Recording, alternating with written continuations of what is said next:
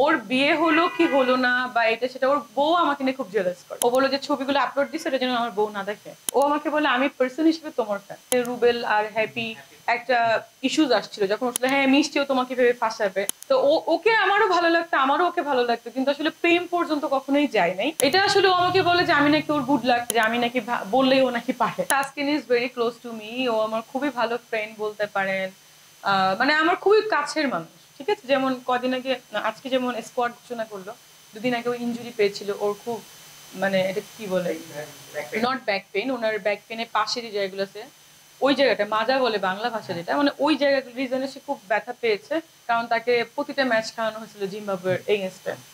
তো সে খুব আমাকে 3 দিন আগে ফোন দিয়ে খুব কান্না করলো যে মিষ্টি একটু দোয়া করো, মানে হচ্ছে আমার এই খেলাটা তো আমি যদি না যেতে পারি আমার তো ব্যাড লাক থাকে সবসময়ের জন্য, হ্যাঁ লাইক দিস। তো আমি এটা নিয়ে 2 দিন আগে খুবই মন খারাপ করেছিলাম, বিকজ ও আমার, ওর বিয়ে হলো কি হলো না বা এটা সেটা ওর বউ আমাকে নিয়ে খুব জেলাস করে। ঠিক আছে, ট্রু থিং। ও যেদিন ঈদের পরের দিন আমার বাসায় আসছে, ও বললো যে ছবিগুলো আপলোড দিছে এটা যেন আমার বউ না দেখে, লাইক দিস। আমি বলছি কেন? বলে না ও জানে তোমার সাথে দেখা করতে আসছি, কিন্তু ও দেখলে খুব জেলাস করে। তো কেন করে যাই না, বাট ও আমার খুব মানে কাছের ফ্রেন্ড। ও খুব মানে আমার ওয়েল উইশার। ওকে আমি বলি আমি তোমার ফ্যান, ও আমাকে বলে আমি পার্সন হিসেবে তোমার fan. That is the thing. আপনারা ওনাকে আস্ক করতে পারেন।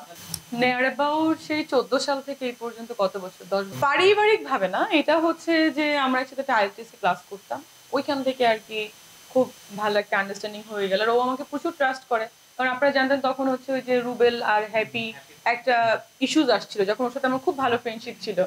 ও সবাই ওর যারা যে অনেক ফ্রেন্ডরা আছে, রুবেল ভাইয়া ছিল, সৌম্য, তারপর আরো কে কে আছেন, ওনার আলামিন টালান, ওনারা অনেক কন্ট্রোভার্সি করেছিল যে সাব্বির বলতেছিল হ্যাঁ মিষ্টিও তোমাকে ভেবে ফাঁসাবে। তো অ্যাকচুয়ালি তো ও তখন বলছিল না ও ওরকম মেয়ে না, ও আমার খুবই গুড ফ্রেন্ড, দেখবা।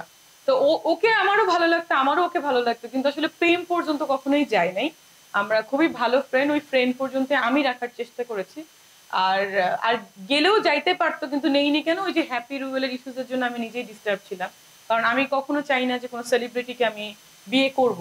মানে আমার এখনো ওর সাথে আমার গত 2 বছর পরে সেদিন ঈদের সময় দেখা হলো। উনি যে আমাকে প্রচুর ফোন করে, টেক্সট করে। আমার বাবা সিক ছিল, প্রতিদিন টেক্সট করতো যে আঙ্কেল কেমন আছে, আম্মু কেমন আছে, এভরি টাইম ও আমাকে কিন্তু মেসেজ করে। একটু আগে মেসেজ করছে যে আমি যাচ্ছি আজকে রাতে, প্রে ফর। তো এটা আসলে ও আমাকে বলে যে আমি নাকি ওর গুড লাক। সামটাইমস ও সবাই আমার ফ্রেন্ডদের সামনেও বলে, লাইক ও যখন মাঠে খেলতো, ও খুব আগে একবার ওকে বাদ দেওয়া হয়েছিল, তখন কিন্তু ও খুব কান্না করছিল। তখন আমি বলছি আরে তুমি ভালো করে খেলো, তুমি আবার পারবা। তো এইটা ওর একটা মানে চলে আসছে যে আমি নাকি বললেই ও নাকি পারে, এরকম। বাট এটার সাথে কোনো বাজে কোনো ইন্টেনশন বা কিছুই নেই। না এটা অবশ্য আমাকে কখনো শেয়ার করেনি, কিন্তু ওকে নাকি পিঞ্চ করে খুব। হ্যাঁ আমার একটা গান আছে না দুর্নীতি, ও যখন বলে হ্যাঁ তোমাকে খুব সুইট লাগতেছে, পরে বলে হ্যাঁ আমি তো তিতা না, সুইট লাগবে কেন, লাইক এইভাবে ওর সাথে ইয়ে করে। আবার কোনো মিষ্টি খাবার খেতে গেলে ওকে বলে যে হ্যাঁ তুমি তো মিষ্টি খাবা, বেশি বেশি করে খাও। এখন আমার নামই মিষ্টি, এখন ওকে ট্রোল করে। এটা যদি খুবই জেলাস করতো তাহলে তো আমাকে এসে ফোন করে বলতো অনেক কিছু, বা আমি ওকে বিয়ে করতাম, ওনার ওয়াইফ তো ওনাকে বিয়ে করতো না, লাইক দিস। না না এটা হওয়া ঠিক না। ও ভালো খেলতেছে, ও খেলুক, আমি সবসময় ওর মানে ওয়েল উইশার। আমি চাই না ও টানাপোড়েন করুক। আর ও খুব ভালো ছেলে পার্সোনালি।